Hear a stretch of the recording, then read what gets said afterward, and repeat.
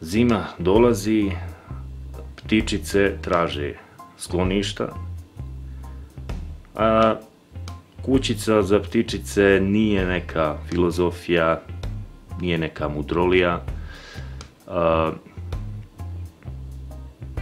Kao što sam rekao u jednom od prethodnih videa, najbitnije je dobro nacrtati elemente kućice, a onda je izrada vrlo jednostavna. Dakle, preporučujem da se puno više energije i truda uloži u crtanje nego u izradu.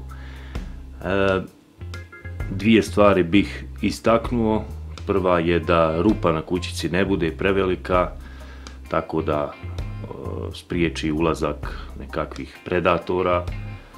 Druga stvar, da se osigura nepropusnost krova kako bi kućica ostala suha iznutra i da ptičicama bude ugodno u kućici.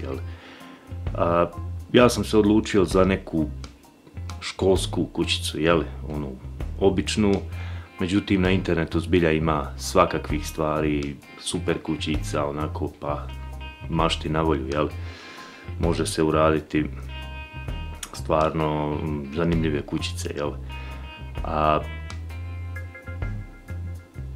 to je to, ne pada mi na pamet više ništa, nego da se bacimo na posao da napravimo tu kućicu.